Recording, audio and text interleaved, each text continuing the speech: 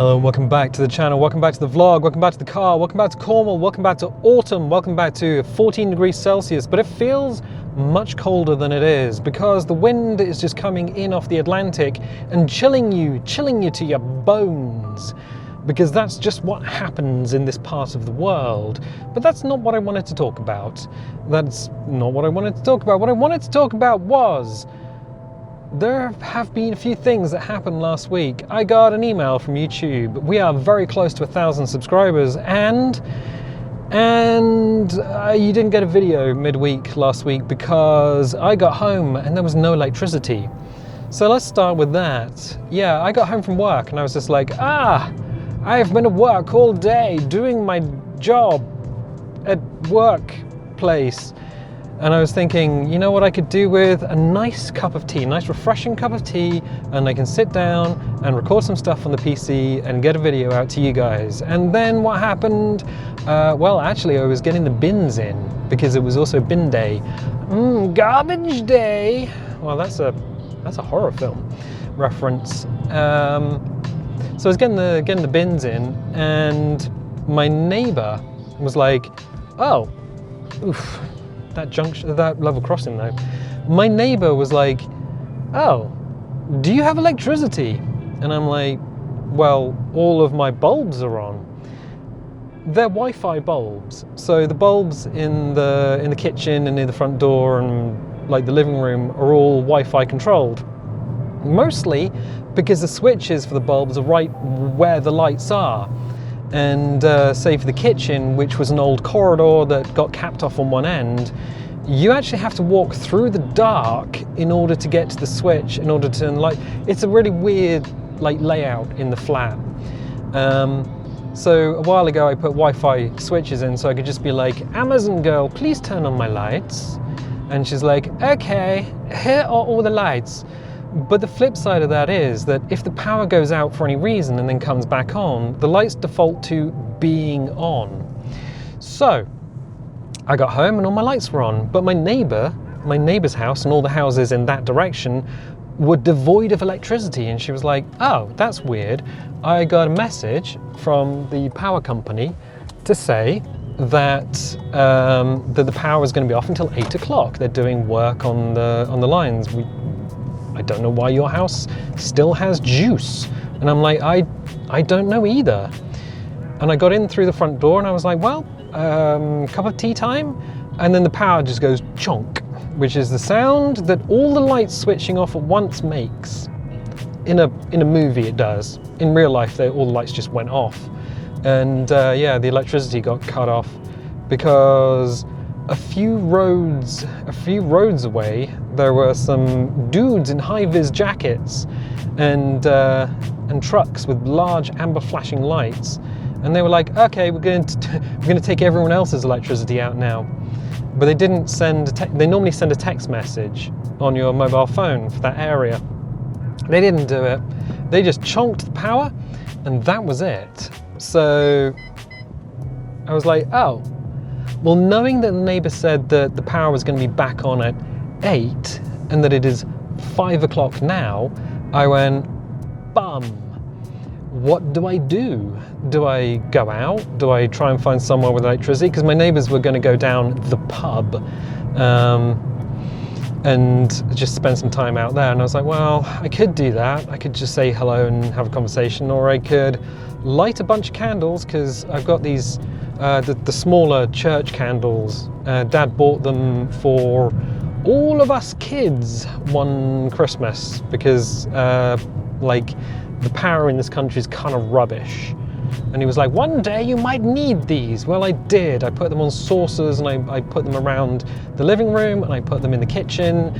I had a hurricane lamp for light as well, because I happened to have a hurricane lamp and some paraffin. And I was like, well, I can't read by candlelight. So like reading is well out. What do I do? So I just ended up tidying up. I was just wandering around in candlelight like a Victorian leper, just picking things up and tidying them up. And then like an hour and a bit in, I was just like, I really want that cup of tea now. I really want that cup of tea. Well, it just so happens that I do have an alcohol fuel stove. And I did buy some methylated spirits like the previous weekend. So I was like, okay, cool. I'll just get a saucepan, I'll put it on there and I'll heat some water. And I had some noodles as well, some teriyaki noodles. And I was just like, gonna have noodles and a cup of tea. So I popped it on the stove because it's an electric stove, but I popped the alcohol burner on there with this little legs, and I put the saucepan on there, put 3 cups of water in there, and then just allowed it to boil. It took about 20 minutes. So I poured out the water for a cup of tea. And yes, I did use a digital thermometer. I happened to have like a digital thermometer to make sure that it was, in fact, 100 degrees Celsius, because if the temperature of the water is too low, then you're going to make an awful cup of tea. And even without electricity, I needed a good cup of tea. So that got poured in, and then I poured in the water for the noodles. Let's just check this. This is blind in that direction. Cool. So I poured out the water for the noodles, and as soon as the water was in, the electricity came back on, and I was just like, bugger. All right, fine. But it was kind of too late by then, so yeah, you just can't predict these things. Sometimes you want to record a video, you want to get a video out, and then just nature or time or something just gets in the way, beyond your control. It's frustrating, but yeah, you just gotta roll with it, I guess. So that was last week. I also got an email. Now, the channel does have an email account. Unbelievably, I don't know who sends an email in this 21st of our centuries, but people apparently still do. And I check it every now and again when I remember that in fact the channel does have an email account, and I'm just like, oh, yeah, I should probably look into that. So I go there and delete any spam that's built up. And I had an email from YouTube, and YouTube's like, congratulations, Elvin, you are eligible for a YouTube partnership. Click on this link. And I'm like, mate, I will never click on a link in an email. You've got to be kidding me. Because that's how you get viruses or all your money stolen. So I'm just like, okay. I do know that YouTube were going to reduce the level that they had set for YouTube partnerships. So originally it was like 1,000 subscribers, and they're going to drop it down to like 500 subscribers, and it's 4,000 watch hours. And I think they're going to drop it down to 3,000 watch hours. They weren't going to like half it or anything. And I was like, okay, fine.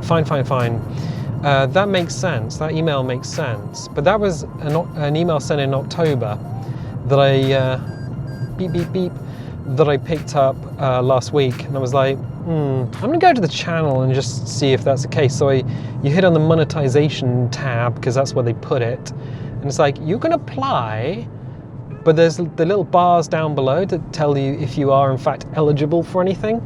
They're not lit up. I mean, one is, the watch hours definitely are. Oh, thanks. Let's check. Lad was letting us out, which is kind of cool. So we'll just go through here, navigate the traffic. Thank you. Excellent. Good. So yeah, if you go there, it shows you like there's a bar that fills up for your watch hours, and that has to be within any 365-day period. And it also shows your subscriber count, and it's like, oh, you have 990 subscribers. You're 10 away from being eligible. And I'm like, I'm not gonna click on the apply button. It might go through, but I'm gonna leave it for the time being. So what does that mean? Well, here's the thing. This morning it was 995, so 995 subscribers. 5 more and we hit that 1,000 subscriber limit that YouTube originally set. Wow, it is windy today. That would mean that I could then apply for YouTube partnership. And that's basically like the minimum entry. I would probably wait a little bit longer, because I don't trust like having exactly 1,000 subscribers, then YouTube goes, oh, you've got 20 people subscribed, but their accounts are like, they haven't logged in for a long time, so we're just going to delete their accounts. So then you back down to like 980 or whatever. I don't want to play a dance with being a partner and then not being a partner again because of just like numbers on the YouTube back end. So I'd probably leave it a little bit. But YouTube partnership is interesting. It does allow you to add adverts to videos. Currently on the channel, the only videos that have adverts are the ones where music has been content claimed. So House of Ashes episode 2 had like 20 seconds of melody for a song claimed. So they're not claiming the song, they're claiming the melody in the song. And I'm like, I'm not gonna fight that. Disco Elysium, a lot of the music in Disco Elysium is made by British Sea Power, or just called Sea Power these days. And all of that music kept being copyright claimed. So I'm just like, well, yeah, okay. So if you watch Disco Elysium, there's every chance there are adverts on the videos, but I have no control over that, and I don't see any money from that at all. But being a YouTube partner, you can put adverts on and you can absolutely get money from it. Will I do that? No. Well, not for the time being anyway. You see, we have the coffee donation system, and some of you do donate via coffee. And that is absolutely brilliant. You don't have to. And if you do that, I recommend going back to coffee and just making sure that anyone with recurring subscription just keeps an eye on it, keeps tabs on it. So if you can't afford it, don't do it. If you don't want to do it, don't do it. It's completely up to you. But for the people who do, that actually is more than the channel would ever earn in ad revenue anyway. So leaving adverts off even after becoming a YouTube partner makes sense, makes absolute sense. I don't want to upset anyone, and I don't want to make it harder for anyone to watch videos. So yeah, you'll only get them if there's been a copyright claim on music in a video. So yeah, but it does also add some interesting features that weren't there last time the channel was a partner, because we were part of the YouTube partnership scheme originally.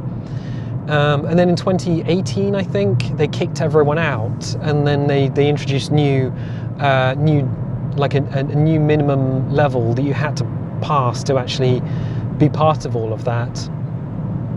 So I was like, oh, that kind of sucks, but sure, that's just what it is. It is what it is. But since then, what they've done is they've added things like super thanks. You can pay money and have your message, if you write something, appear at the top of the messages, I believe, as just a thing. I don't know why you'd want to do that, because I do endeavour to read everyone's messages, and I do endeavour to try and answer everyone's messages as long as I can understand it. Like, sometimes people say, that thing that happened in that video, and I'm like, cool. I do like 5 or 6 videos a week, my dude. When? But sometimes people put a timestamp, and I'm like, okay, I can check that. Oh yeah, that's what they're talking about. So I do endeavour to try and answer everyone's messages in the YouTube comments. Sometimes people use a different language, and what I will do then is I'll translate it using Google Translate, but I will answer in English, because if I don't speak that language, I'm not going to get, like, if I just like Google Translate something, I don't know if Google Translate has made sense. So I'll just yeah, I'll answer in English. It just makes it easier for everyone. So yeah, super thanks is a thing. Channel memberships, I believe, are a thing, where you can pay and you become a channel member. I don't quite understand that. However, I think, oh, they're going that way. I think channel memberships also mean that you need to do extra. So you need to put like members only content out, I have a feeling, because Loading Ready Run does ask Lure for YouTube channel members, and then they I think they hold on to that and make it publicly available for everyone. But if you want to ask a question, you have to be a channel member. I think that's the way it works. So yeah, I'm not entirely sure about that. And you can also put merchandise. You can put merchandise on. We're gonna get a lot of beeps because this is a narrow ass road. You can put merchandise on your video pages. So if you've got t-shirts and hoodies and things, I would probably only do merchandise. Sorry. I would probably only do merchandise for stuff that I myself would buy or get or wear or use or whatever. I don't think like merchandising everything makes sense. And if you do something and it's objectively rubbish, I don't think I would try and sell that just to make bank. There's got to be a level of quality, right? I mean, you got to have respect for the people who come and watch your stuff. Let's check. We are good. We are good. And it's 20 through here, so yeah, this is 20 exactly on the nail. So yeah, that's basically the benefits you get. You also get the ability to email someone if something's gone wrong on YouTube. But to be honest, I've been doing YouTube for like so long that honestly, if something goes wrong, chances are I've already encountered that and already know a fix for it. So, and YouTube has got a lot better in recent years. So I don't know why I'm grabbing that. It doesn't do anything. Yeah, YouTube has got a lot better in recent years. The system actually tells you when it's doing things like encoding video to HD, because I don't make a video go live until the SD and HD versions are ready to go. Is this lad? Oh yeah, okay. Is this lad moving? But they are. Gotta wait for the delivery truck. The delivery truck, see? Good. So yeah, 1,000 subscribers. At some point I will apply for a YouTube partnership, so it'll give me more options. No, at this moment in time, I don't think adverts are a good fit for the channel. So no, I'm not going to immediately slap adverts on anything. Don't worry about that. I don't like them either. I don't like going to YouTube and having like a 20-minute advert on something. They suck. But yeah, that's basically everything that's been going on. So interesting. And the earthquake. An earthquake at 10 to 1 this morning in Cornwall. Apparently it was on the news. A little bit of 2.7 on, I guess, the Richter scale, which is a scale that people don't use these days outside of the media. So that's an interesting one. 2.7 little shake. It happens every 2 years, 2 or 3 years. There was one in 2018, one in 2016. I know there was one in 2019, I think. Or 2009, 2008. This little tremor, and the epicenter is basically like under Mounts Bay in Penzance. It's like, well, why is that a thing? Well, because we live in a geologically active area, but not on a fault zone. So it's interesting. I wonder if it's related to the volcanic activity in Iceland currently. Maybe.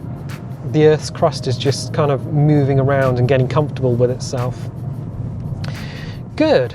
So I think that's just about everything. I might leave it there for the time being. Now we're at this junction. Let's do a little indicate as well. So good. Yeah, just a little catch up.